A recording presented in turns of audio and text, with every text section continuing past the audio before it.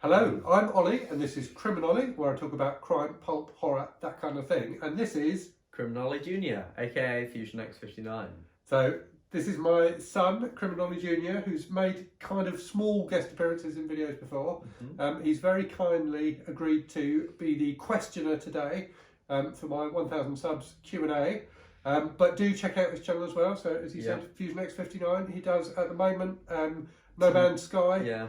Might do some KSP. Yeah, so he does basically video game videos, and he's branching out a bit. So check out his channel. So we are here ready to answer the questions. We've got tea, we've got biscuits, chocolate hobnobs. So we are ready to go. Now, what we're going to do, we're going to do the questions. I think we've got about 24 questions. We got 27. 26. Oh, 26, yes. Top. Yeah, so 26 questions. In fact, no, we have got 27 because someone asked 2 questions. Right. So thank you very much to everyone who's asked a question, and again, thank you so much for subscribing to the channel and watching watching my nonsense that I put up. I really do appreciate it. Now, after the questions, we've got a special event. Yeah. So you may remember this wrapped book, which I had mentioned on the channel before. So I bought this book in December 2018. So I've had it for nearly 3.5 years, and I have never unwrapped it. So it was bought as a wrapped book from my library. I said when I got to about 250 subs or something like that, I said if I ever got to 1,000 subs, which I didn't think I would, that I would unwrap this book because I've deliberately kept it not wrapped. I've deliberately kept it wrapped because I quite like the mystery of it. And then I remembered that I'd said that, so rather than glossing over it, I was honest about it, and I put a poll up on the community chat tab to ask people if they thought I should unwrap it or not. And because you're all mean, you all pretty much, I think it was like 85% of people said that I should unwrap it, and a couple of people have suggested, and I'm happy to take this on. So I think it was Greg at Another Bibliophile Reads, and I forgot who else it was. Apologies, I can't remember who else it was. Alice in the Giant Bookshelf suggested that once I've unwrapped it, I have to read it. So I will read this book, whatever it is, unless it's like book 4 in a series and I haven't got the other books. I will read it, even if it's romance. But I might not be able to read it in April, but I'll definitely read it in the next few months. Okay, so that's to look forward to at the end of the video. But for now, let's get on with the questions. Right. So, question number 1 from Hooks on Books with Chris. Okay. What's your favourite Richard Lehman book? Okay. So I seem to keep on doing Richard Lehman videos on the channel, despite my first Richard Lehman video being about how awful he was. And in my wrap-up, my March wrap-up, which I put up yesterday, The Cellar by Richard Lehman, I think was my 3rd favourite book of the month. So I think my favourite Richard Lehman book is Savage, because it's a bit different from his normal stuff. So Savage starts in London in the late 1800s and follows Jack the Ripper going to America and kind of becoming part of the Wild West. So basically this kind of street kid in London witnesses one of the Ripper murders and flees on a boat, and Jack the Ripper chases him. So it ends up being as much a kind of Western and coming of age story as it is a horror story. And it's a really entertaining book. So yeah, Savage is my favourite Richard Lehman book. Right. Okay. Question number 2 from Caleb. Okay. Just to stir the pot, what's your least favourite thing about BookTube? Okay. My least favourite thing about BookTube is Poetry Thursday. I swear to you now, hand on heart, I will never do a poetry video on my channel. I don't hate poetry, I just have no interest in poetry at all. And I don't think I've ever watched anybody's poetry videos on YouTube, which is probably terrible. But yeah, so the answer to that question is Poetry Thursday. Right. Question number 3 from Steve Donoghue. You mentioned once in a video you started your channel from a challenge from your son. Yeah. How do I feel about it? So, this is a question for me. So, it's great, to be honest. Good. Yeah. Good. Yeah, it's good. And Bass has been very helpful having me get my Discord set up. Yeah. Because I don't understand it at all. So he's done a also, fantastic job of helping me. Join the Discord, link in the description. Yeah. do that. Yeah, do that. Okay, next question. Thank you for the question, Steve. Right. Question number 4 from Mr. Morningstar. Will you ever do a live reading of one of your published works? Probably not, is the honest answer. So all the things I've published were written a very long time ago, and I probably need to revisit them at some point, as in read them myself again and decide if they're actually any good or not. Because I kind of have mixed feelings about them now, I guess, in that they were written, as I say, they were written a long time ago. I don't really remember them. They are still available for people to buy, so I don't know. But I am thinking about starting writing again. So if I do that, I may do a reading of something newer that I've written.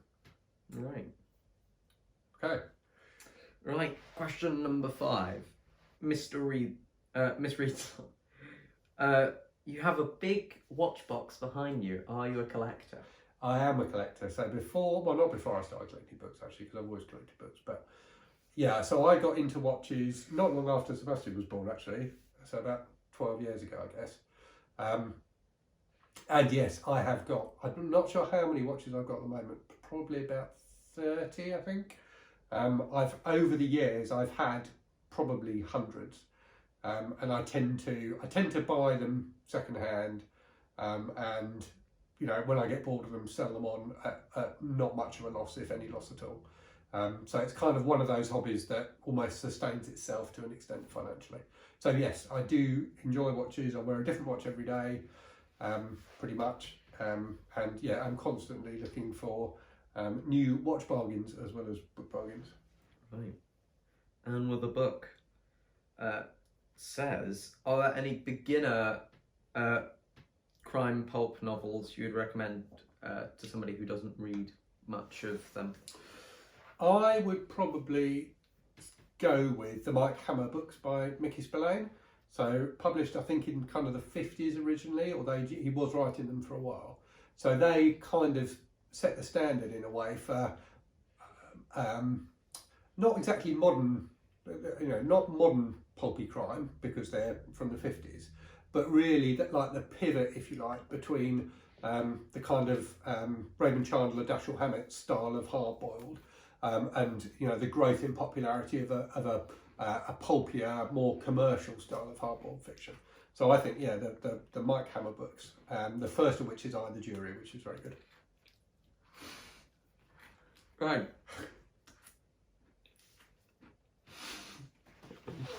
This is awkward. Right. Okay, keep going. Right. Shall I ask the next question?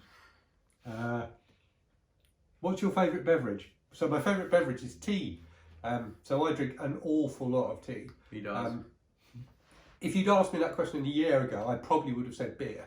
And I've drunk an awful lot of beer in my life, but I've now stopped drinking beer and any other alcohol, and feel a lot better for it, to be honest with you. So yeah, tea is definitely my beverage of choice. Right. Shadyside Library asks, what's the craziest horror novel you've ever read? Horror novel. So the craziest horror novel I've ever read, I think, is probably The Journey by William Willie Wilson. But if we discount that one, I would say possibly Disturb Not the Dream by Paula Troutman, I think is how you pronounce her name. Which is, I think it's like an early 80s American Gothic horror novel about this family in a kind of semi-haunted house, and it's just very, very weird and strange, and all sorts of things happen. It's a bit like the Flowers in the Attics books, and probably I think owes a debt to them. But yeah, it's a very weird and disturbing and crazy book. Right. Jason Harrigan asks, which 3 fictional characters would you like to have a pint with?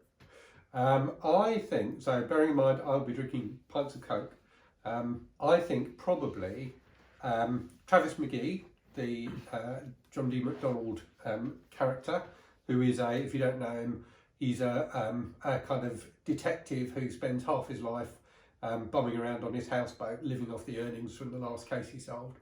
and the rest of the time going on cases. But he's just like a really cool beach bum kind of a guy. And then another one would be Inspector Rebus from the books by Ian Rankin, who's got fantastic taste in music and definitely likes a pint. So yeah, I could definitely prop up the bar with those two. And the third one, I don't know. So I think maybe veering away from books, and she'd probably beat me up or something. But I've always thought that Vasquez from the film Aliens was very cool indeed.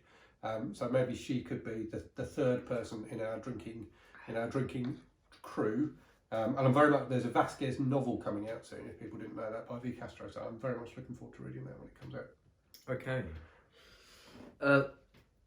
Monster Blood asks, what's your favourite Kuntz novel, and will he ever write a good book again? So I think, I was racking my brain on this one, and it's been a long time since I've read any Kuntz, apart from Shattered, which I read recently. But I think the one I remember most fondly in terms of just its crafting and it being a really satisfying story was Watchers, which I remember being really good. I think he will write good books again. I think I'm not a fan of like the Odd Thomas books, for example, that he's done recently. And I think he's fallen down too much of a hole of trying to be philosophical and almost a bit preachy in his books. But I do think he's capable of writing really good suspense novels. And some of the stuff he's written recently is more in that vein. So whilst I haven't necessarily particularly enjoyed any of them, I definitely think he's got it in him to write another cracker. Okay. Michael Romeo talks books. Okay.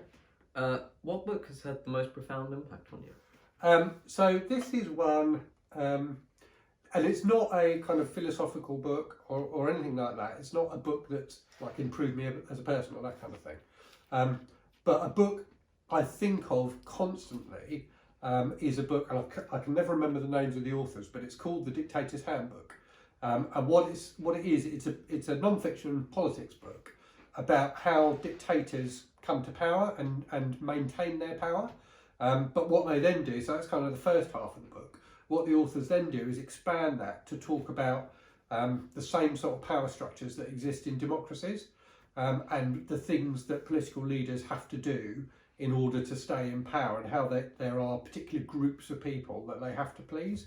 And every time I watch anything happening in politics on the news, I think of that book. It's really influenced my views of politics. Okay. Parlabane is back. Your watches or your watchers? Which one do you enjoy winding up the most? I do quite enjoy, so there's something very satisfying about winding up a manually winding watch. It's quite a sort of nice, gentle, almost meditative action.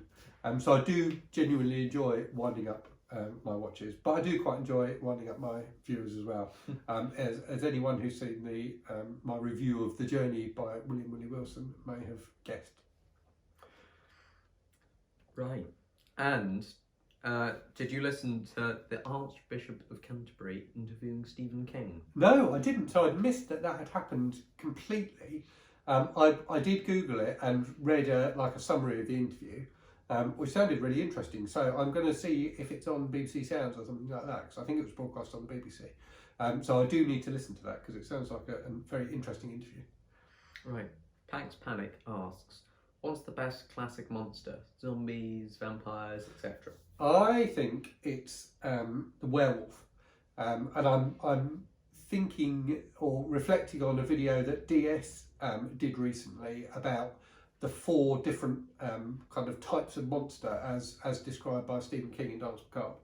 And I think the werewolf is a really interesting one because it's the monster that lives within us. So I think it's the one that speaks most most intelligently about human existence. Vampires are like an external monster, if you like, but the werewolf is the monster that's in every one of us. So I think it's definitely the most interesting one. Right. Question number 15. Yep. Lisa Garrity asks, have you ever reread a book and found that your understanding has changed a bit? I don't know about this one. I was thinking about this. There's certainly books I've read that I have I've changed my opinion of. So I have liked the first time I read them and then disliked and vice versa.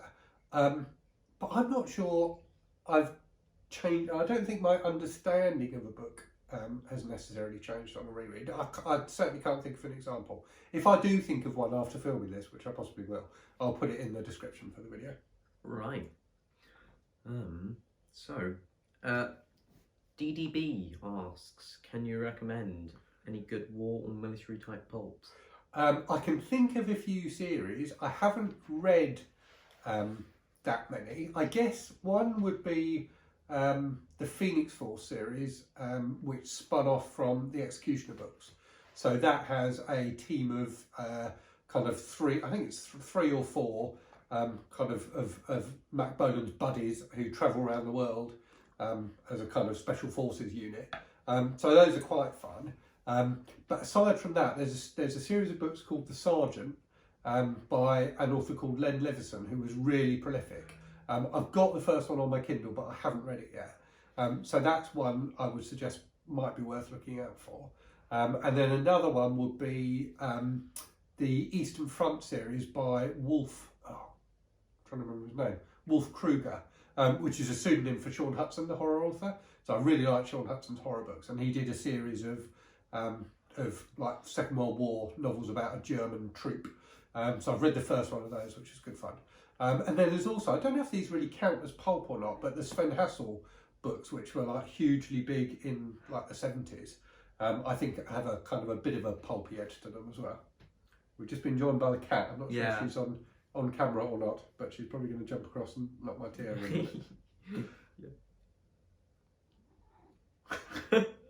Right. Probably here.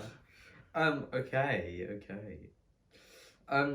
Kathy K asks about more info on you as a person. Okay.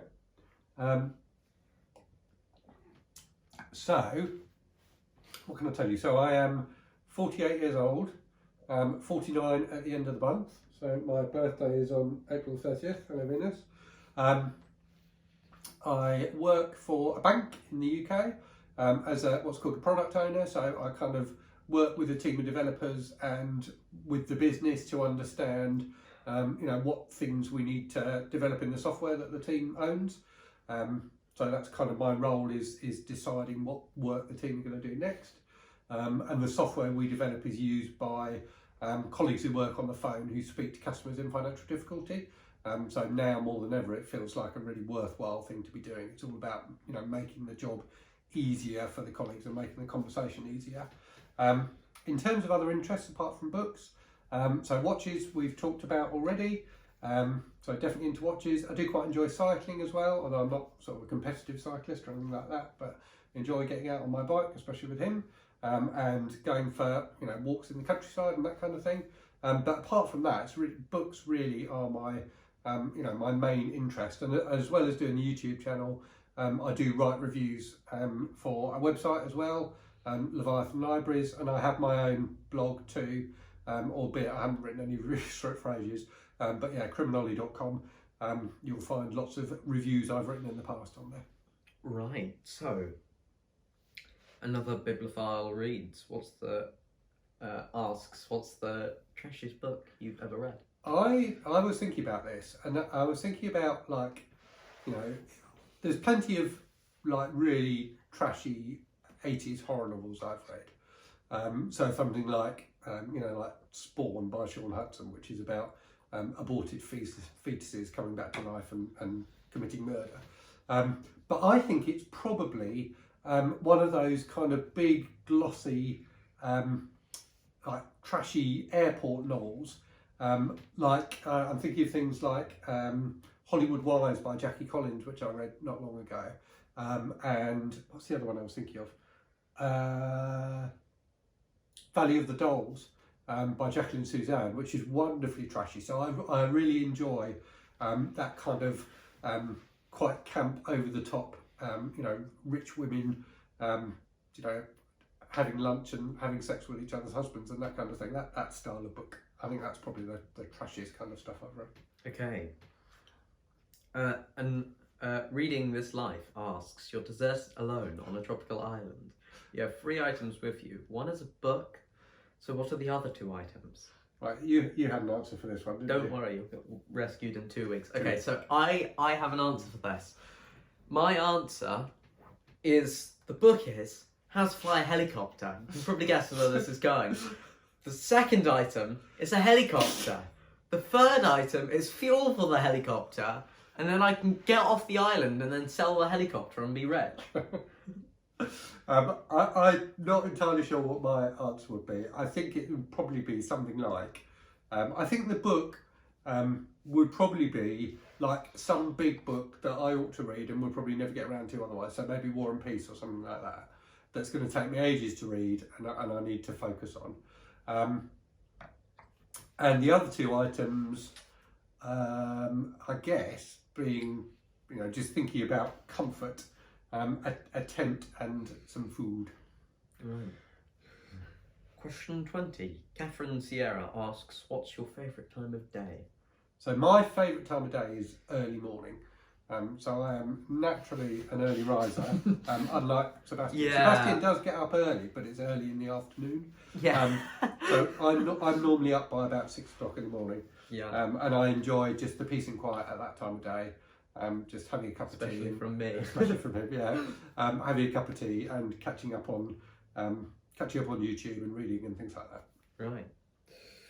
So, Bookworm Adventure Girl asks, you normally read crime, pulp, horror, that kind of thing. What's a book that you've enjoyed that's the complete opposite of the norm? To be honest, if people have watched my channel, they'll notice that I normally have at least one book, in each of my monthly wrap-ups that is not crime, pulp, or horror. So I do, I'm part of a book club where we read all sorts of different books, and we jointly pick those books each month. And I do, generally speaking, try and read, outside of my comfort zone, if you like, as well. So whilst crime, pulp, and horror is definitely the focus of the channel, it's definitely not all that I read. I think, in terms of things I've read recently, I really loved Great Circle by Maggie Shipstead, which is a really fantastic book. I think it was Booker nominated, and yeah, just a really great novel about a female aviator in the past, and then that's quite me, Venus. And then also an actress in the present day who's played hired to play her in a film. So that was a fantastic book. Another book, so kind of going back years, that I really love is The Delinquents by Criona Rowan, which is an Australian novel from I think the 50s or early 60s, which is basically just a romance between these two kind of young people in Australia, and I think it's set in Sydney, and just the things that happen to them. So yeah, that's a favourite book of mine. All right.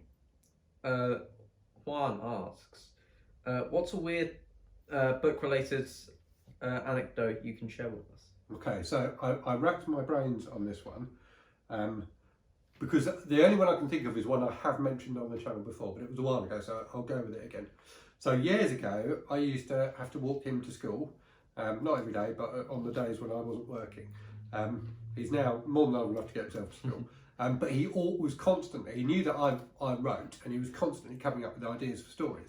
And one day he came up with this idea for a story, which was essentially that a master villain frees a load of serial killers from prison and holds the city to ransom with these serial killers as a threat, threatening that he will release them on the general populace. And I said to him at the time, I've read that book. I've read a book with exactly that plot, but I cannot remember what it is. For love nor money, I couldn't remember what it was. So I left it at that. I tried Googling the plot, the kind of plot points and things like that, and found absolutely nothing. And then a couple of weeks later, I'd gone into Brighton, which is the kind of city we live near, on a book buying mission, just to go around as many charity shops and second-hand bookshops as I can.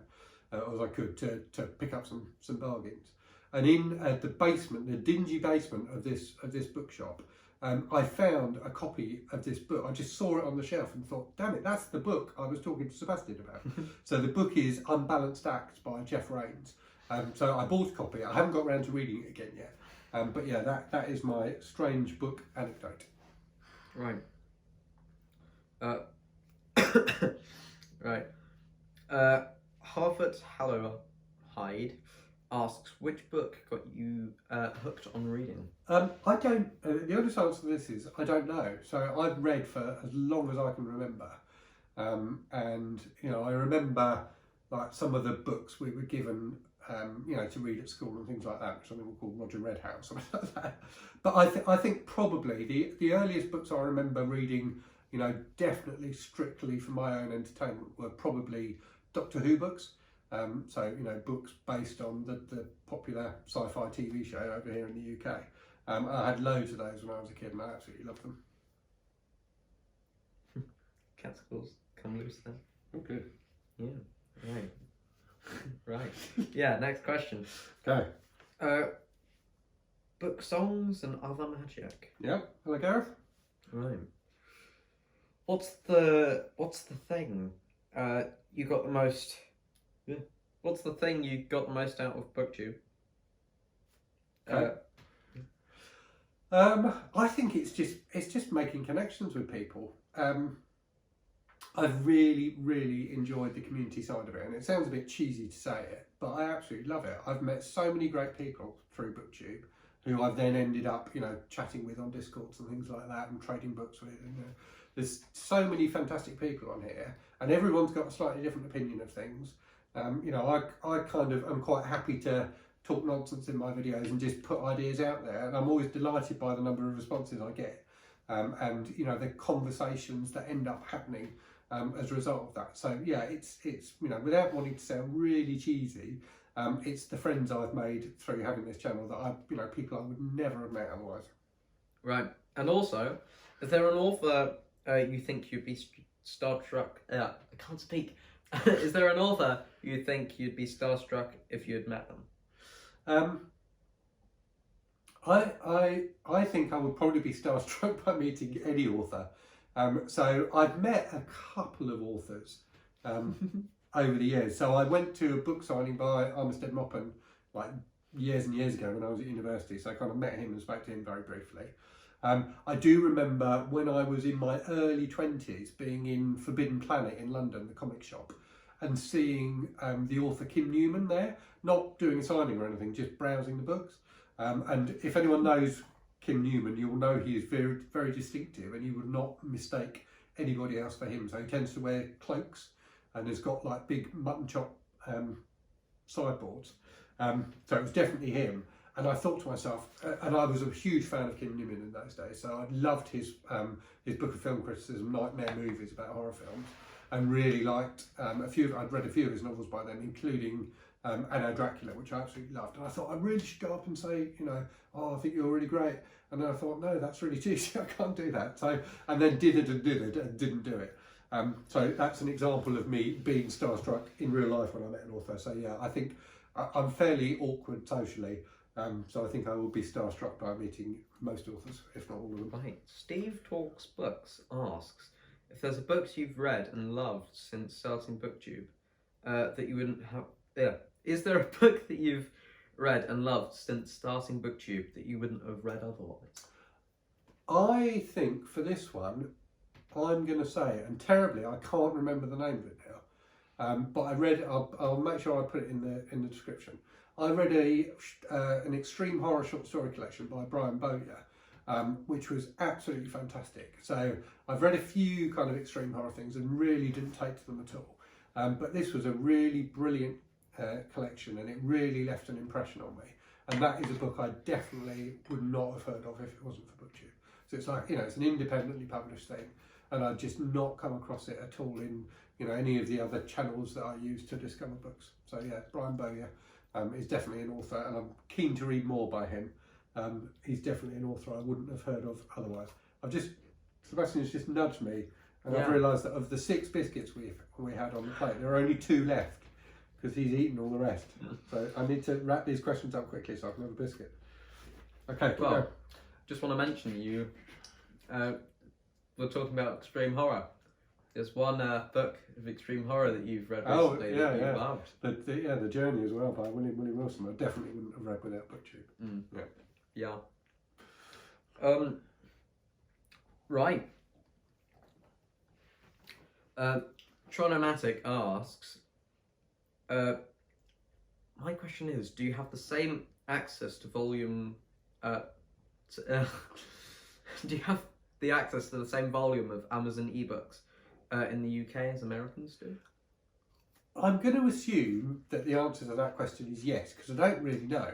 I do know that there are shed loads of ebooks on Amazon, many of which are not available as paperbacks, either because they're independently published or because they're ones that publishers have pulled out of their back catalogues and stuck on Kindle. So I think there must be. I mean, there are certainly tens of thousands of Kindle books available. So yeah, I'm going to say that the answer to that question is yes, but without doing a proper study of it, I'm not entirely sure. Every so often somebody does like recommend a book or something like that, and when I look, it's not available in the UK because of like licensing or whatever. So there are definitely some that aren't available over here, but I would assume that the vast majority are. Lady Jane Books asks, what's your favourite true crime book? I'm not a huge fan of true crime, to be honest with you, or at least I've not read a huge amount of it. But I think probably my favourite is My Friend Dharma by Durf Back Durf, which is a graphic novel, which I have talked about on the channel before, I think. And it's really great. So it's about, so Back Durf was a high school, what's the word I'm looking for, classmate of Jeffrey Dahmer, the serial killer and cannibal. And it's about, Dahmer's teenage years and how, looking back, they could tell that there was something wrong with him. But at the time, nobody was picking up on it. The adults in his life were completely absent, and so no action was taken. So it's a really fascinating account of, the early life of a serial killer. Right. That's all the questions. Well, okay. Well, thank you very much to everybody who asked a question. Again, I guess now I need to unwrap this book and see what it is that I'm going to be reading. You do. Okay, right. Here we go. Hopefully this is on camera, so it's quite nicely wrapped. Hang on, do you want me to just... You're going to check. Is it okay? So it's stayed wrapped, despite being on my shelf and kind of moving, but getting moved every so often. We good? Mm-hmm. Yeah, okay. It's just a low power thing. Oh, okay. Right, I'll do it quickly then. Okay. Well, it's 20%, a thick old paperback, which I expected. Now I'm just going to pull this all off at once, so you sit at the same time as me. So obviously I'm hoping that this is crime, pulp or horror. I suspect it's not pulp or horror. There's a pretty good chance it's a crime novel because crime novels are massively popular in the UK at the moment. So here we go. It is Under a Pole Star by Steph Penny, which apparently is dazzling, terrific and triumphant. And it looks like it's quite interesting actually. So let me read you the blurb. Flora Mackey first crossed the Arctic Circle at the age of 12. Years later, in 1892, she returns to lead an expedition to northern Greenland, defying the expectations of those who believe a woman has no place in that harsh world. Geologist Jacob de Bine was raised in Manhattan. Yearning for wider horizons, he joins a rival expedition. Jacob and Flora's paths cross. Passion and ambition collide as an irresistible attraction is born. So it is a romance. The violent extremes of the north obsess them both. Perpetual night and endless day, frozen seas and coastal meadows, and the strange maddening pull it exerts on the people chasing glory on its vast expanses. Okay, so this looks like a romance, but it looks like it might be quite interesting. It's certainly got good reviews. One review from the Times says there is a touch of Donna Tartt here, which is a very high recommendation indeed. So yes, I will read this. How long is it? It's really long. It's 600 pages long. So yes, I promise I will read this in the next 3 months or so. Right, we're done. We are. Okay, thanks very much for being Question Master, Criminal Junior. Thanks very much for watching, and again, thank you everybody for your support of the channel. I really appreciate it. As always, let me know in the comments if there's other stuff you'd like me to be doing, or if there's things you'd like me to be doing more of. I make the videos for you. I make them for me because they're fun to do, but it's the audience that's important. So yeah, I'm going to leave it there. I'm going to eat these 2 biscuits before he does. Wish you all a very good day, and I will speak to you again soon. Just one. Cheerio. Bye. Also, go join the Discord. Yes, and subscribe to Fusion X59. Cheers. Cheers. Bye.